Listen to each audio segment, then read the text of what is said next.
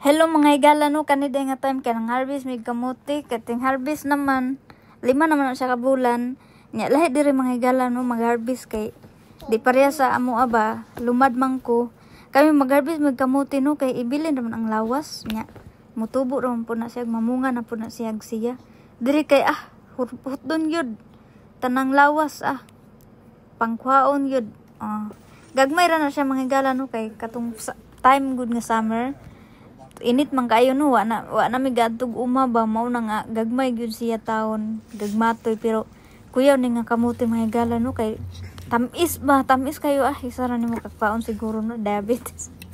Pero lami gud kayo siya, lami nga kamuti.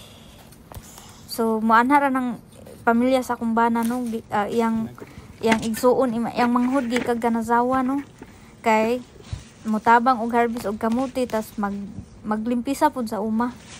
Singara mao lang pud namong banding gikan mig simbahan ana diretso nami sa uma.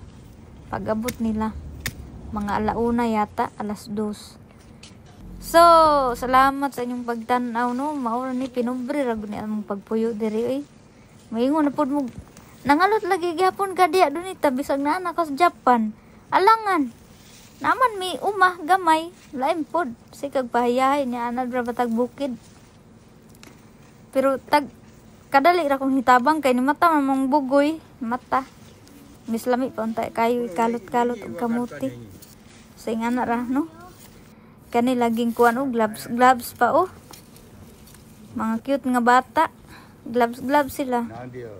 Nara akong bugoy ni mata. Nag-stroller man na niya, mata man siya di. Bulabog mi. Nagsininggitay nami.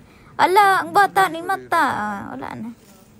Bulabog na ko. Wala na akong nakatabang. Yan na lang papa. Tig video na lang ko. Char. Bye.